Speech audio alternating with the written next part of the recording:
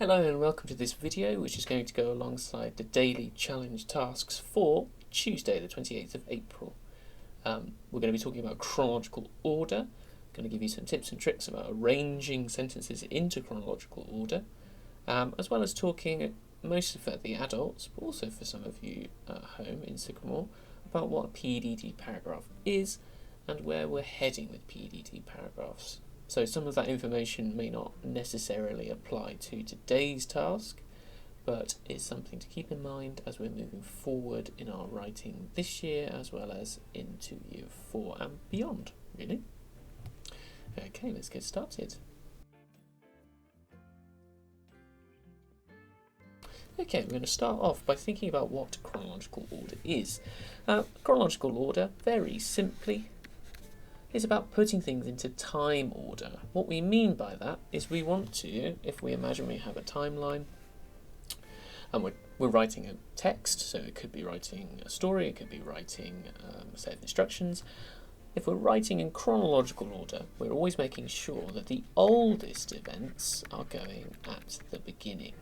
So the things that happened furthest back in time go at the beginning, and the youngest events, the most recent, are happening at the end of the text. They're the last things that you write. You might think of it as the things that happened first. You might think of it as the things that happen first go at the beginning, and the things that happen last go at the end, and those things that happen between first and last are what occupy the middle.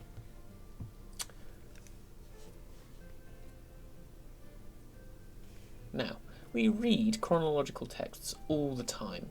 The word might be a little unfamiliar to us, chrono, meaning time in Greek, and logical, just really in a system. So it's in a time system and it's in order. But we read chronological texts all the time. Bedtime stories, newspaper reports, instructions, recipes, all of them are in a time order where we're starting off with the oldest events, the oldest or the first ideas going first, and the more recent things happening at the end. It would be a little strange, wouldn't it, to retell Little Red Riding Hood like this. Then the wolf sprang out of Grandma's bed and tried to gobble up the little girl. Once upon a time, there lived a girl called Red Riding Hood. It doesn't really make sense, does it? We like to tell stories in chronological order. Not all stories have to be chronological, and lots of modern films and modern stories use a technique called in medias res, where they start the story in the middle of the story. They start in an action sequence in the middle of the story to get you hooked and want to know what's happening, and then they flash back to the beginning. I did a quick Google on the internet for films that feature in medias res, and apparently The Greatest Showman does this. I can't remember, I've only seen it once. Otherwise, adults at home, there are lots of films which have that technique of starting in the middle of the action and then going back to the beginning. Moulin Rouge is one, The Hangover is definitely one that uses that technique. So it's just worth bearing in mind. We like to tell stories and we like to tell news reports in a chronological order, but we can play with a time order sometimes as a high-level technique in order to engage interest in a story. But at its base, chronological order, we're trying to put a text into time order.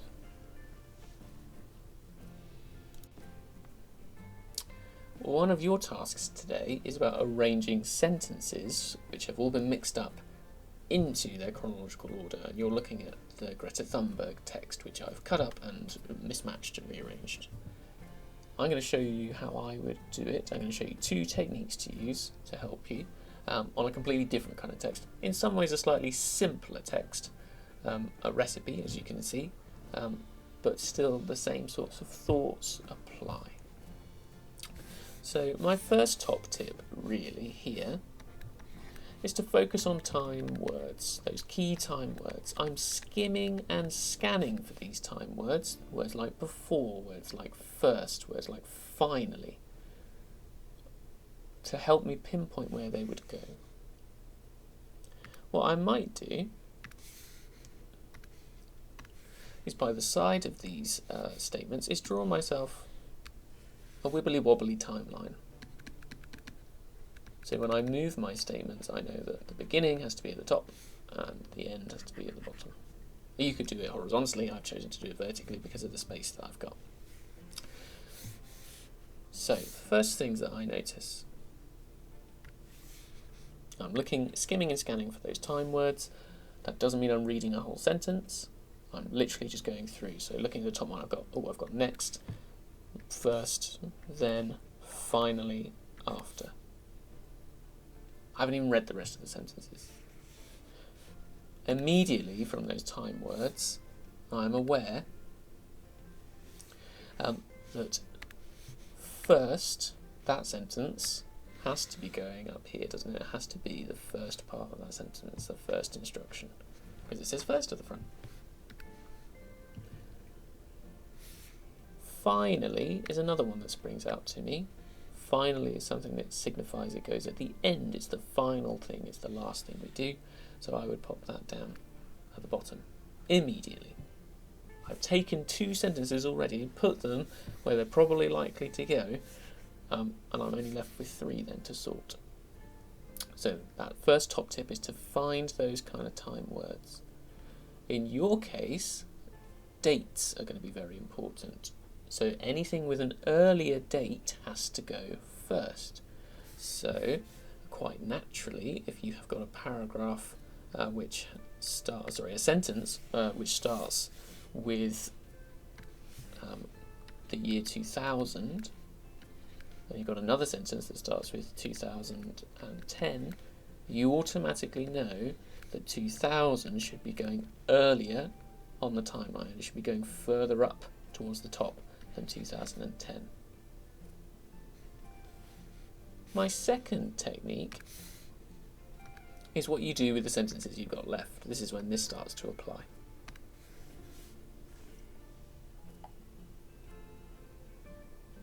This is where we do need to read the sentences and when we're going to start reading them for sense.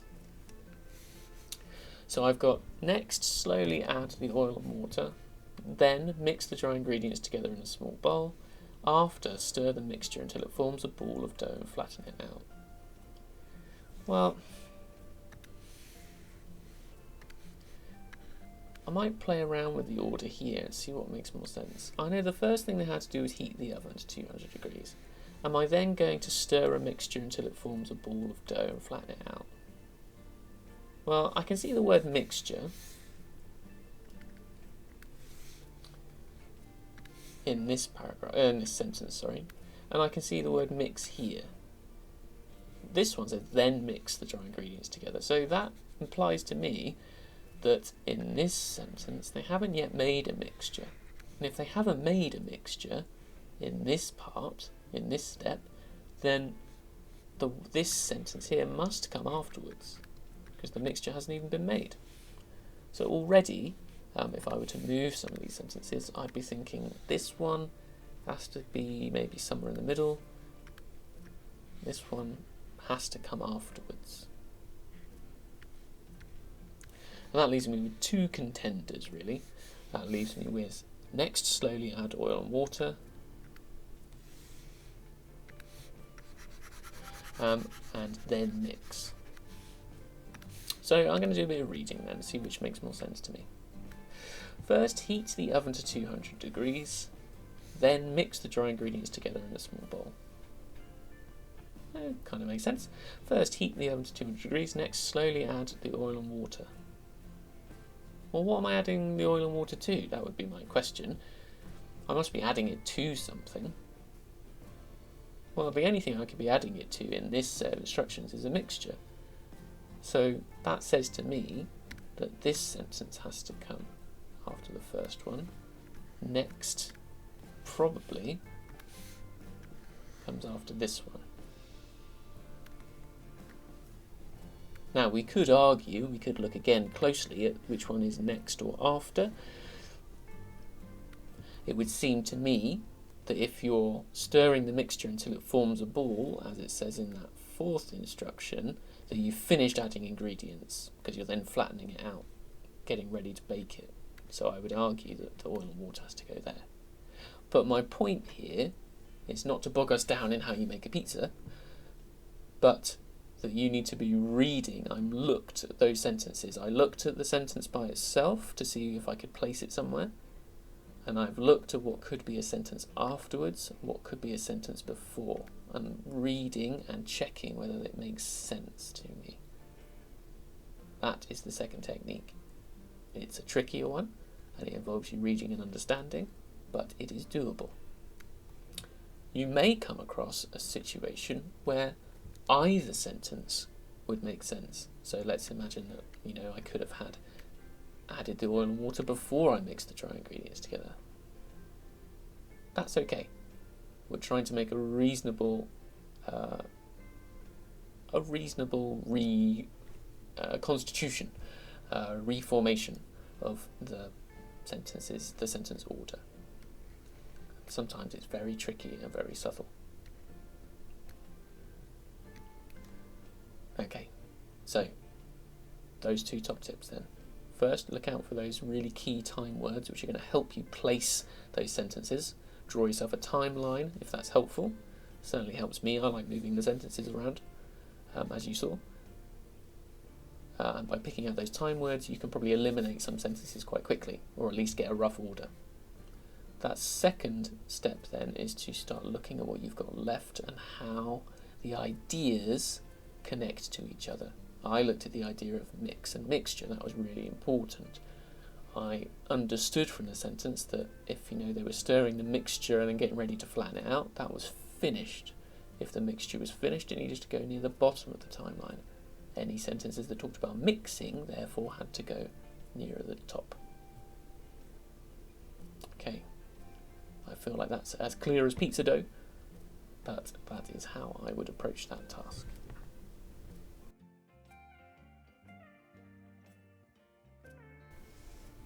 PDD paragraphing.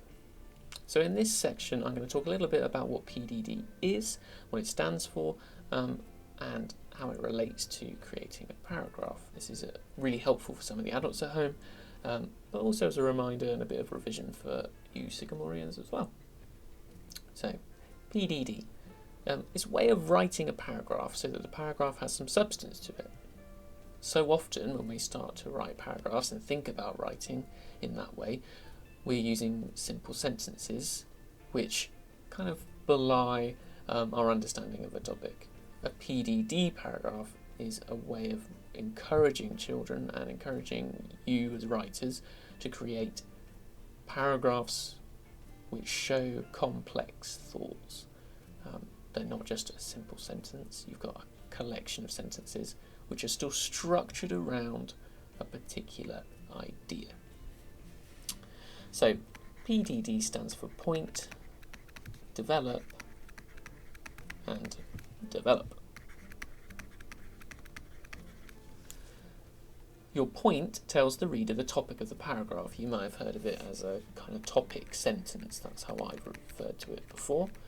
And that topic sentence, really, it sets the scope of your paragraph. That is what your paragraph is going to be talking about. Everything else that follows should relate to this.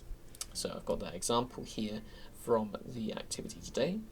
One of the PDD paragraphs. Point. Greta was born to Milena Ernman and Svante Thunberg in 2003. This is the point of my paragraph. All of the things that follow should talk about this point concept. The point concept here is about Greta being born, about her family, and about her early life, really.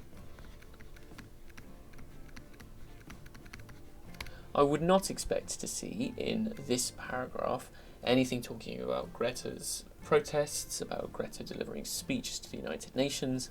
It wouldn't fit the point of the paragraph. The point is to talk about her early life. That's the key concept, as demonstrated with the P. Develop, and we've got two develop points, is really where we're adding facts on. We're adding detail to the point.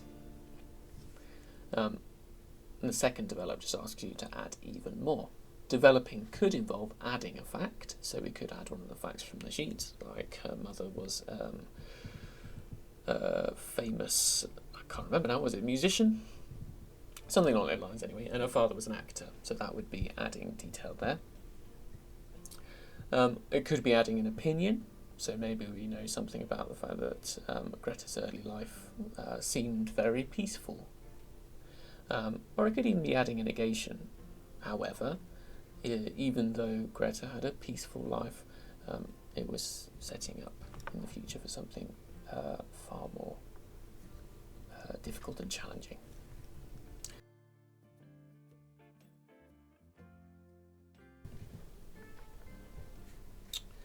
Often, when we're writing PDD paragraphs, we're not looking for simple sentences like Greta's mother was a singer or Greta's father was an actor.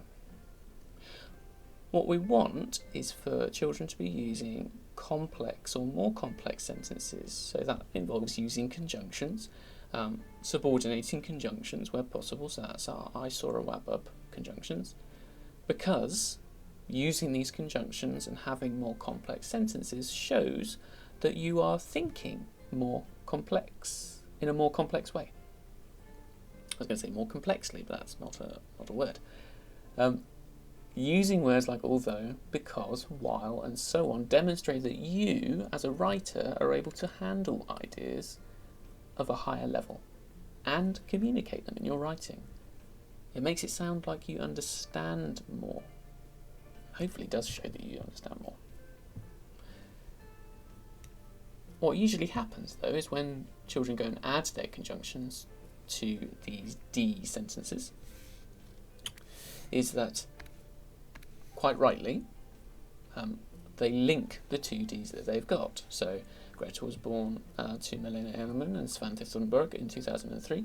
Greta's mother was a singer, while her father was an actor. We've used a subordinating conjunction to link those two. It's a fantastic sentence.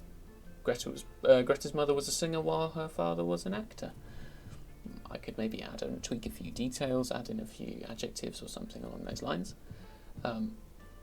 But you've linked those two sentences, you've linked them and shown that you can arrange ideas in a more complex way. The net result of that, however, is that what you end up doing is that you end up really getting rid of one of your Ds because you've combined the two D ideas together. So actually you've just got PD. So then what you end up needing to do is add another D in. So in some ways you almost need 4 ideas in order to create a PDD paragraph, because you can link you can have your starting P, then link 2 ideas for a D and link another 2 ideas for your final D. So yes, you would end up needing to add some extra information to create another complex sentence with a conjunction. Now I've left this as a challenge for you to take or leave as you will. It's an extra part of the activities today. It's something I would expect my stronger writers and aspiring writers to tackle, and as I've said in the notes, I wouldn't worry too much about remembering facts. You could make something up, is what I'm saying, but you need to make something plausible up. Nothing silly, because we are writing about a real person, and as you grow older, the things you write about real people need to be very truthful, or you can find yourself in very, very hot water indeed. Be part of what's called a libel case, where you could be fined or go to prison for saying untrue things about someone. So it's always good to get that into practice now. If I were to add something on here, I might decide to put something like when she was young, so I might use a fronted adverbial. She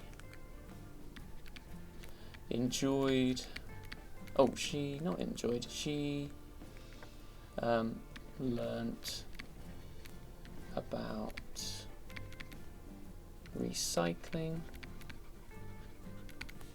and looking after the planet.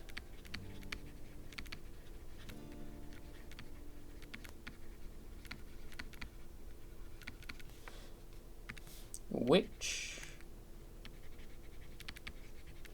so that's a really nice conjunction, had a huge impact on her life. This is what I would call a fully fledged or fully fleshed out PDD paragraph. It's not what I'm expecting from you today, but I want to show you this is sort of where you're heading.